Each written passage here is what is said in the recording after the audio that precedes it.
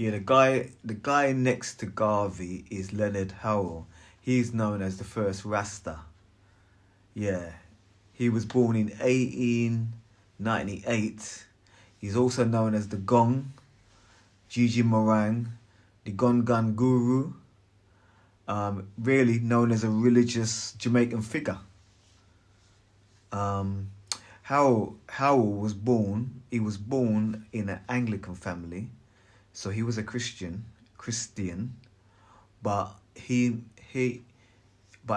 along with Joseph Hibbert, Archibald Dunkley, Robert Hines, they've formed what we know now as Rastafarianism. But Howell was known as the first Rasta. He was born in Jamaica, Article Jamaican, and he met Garvey in America. So he was following Garvey's message, and so he was influenced by Garvey's message. When he came back to Jamaica in 1932, because he went to Panama and New York, he came back in 1932, he started to preach about the coronation of Ras Tafari Makonnen, who became Haile Selassie I after he was crowned the King of Kings. Leonard Howell interpreted that as being the Messiah return to earth. He wrote a book called The Promised Key, and in that book, I think it talked about the exact thing I just said.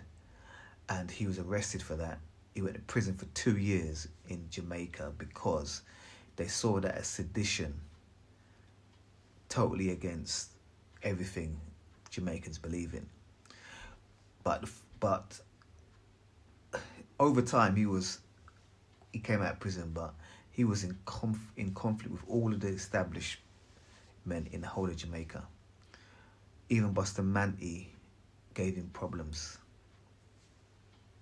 because his message was anti-colonial. His message was about black identity. His message was about that black people can overcome the colonial powers. And so that kind of resonated with blacks all over the globe. And it caused a problem for Leonard Howell. So Leonard Howell actually set up a commune also, where 4,000 Rastas lived and they grew their own food and did everything together. But he was arrested so many times over his life, and he died in 1981. Somebody attacked him, slashed his face, and he died later at 83 years old. The government recently, in 2022, in Jamaica, has given him a merit there's an award they've given him, but obviously he's passed away, given to his children, recognising the work that he done. So now the same government that actually persecuted him is the same government that's honouring him now. And so that is just a little bit about Leonard Howell. Another thing about Leonard Howell is that, as I said, he was inspired by Marcus Garvey, but Marcus Garvey and him had different ideas about Selassie. Marcus Garvey didn't see Selassie as being divine, as being incarnate, Jesus Christ return. Garvey never saw that, but Howell saw that, so that's why they separated.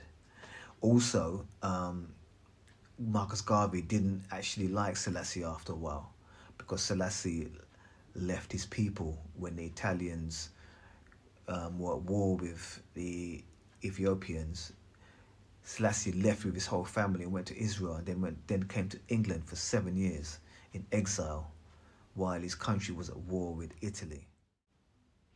Garvey exhibited no admiration for Selassie. He condemned him as a great coward for fleeing Mussolini's troops in 1935 when Italy invaded Ethiopia. He also criticized Selassie for the practice of slavery. Before that, he tried to talk to the League of Nations. That was the equivalent to the United Nations now, because Ethiopia was a member of the League of Nations. Only African nation that was a member of the League of Nations, but they wouldn't listen to him. The Italians at that point was using mustard gas against the Ethiopians, which is a gas that was banned after World War One, and this is after. This is before World War Two, but it's in between. And so Selassie wasn't listened to. But anyway, Selassie went to England for 7 years, and Garvey disrespected him for that. Garvey also tried to meet him one day when they was in the same area, and Selassie snobbed him, basically.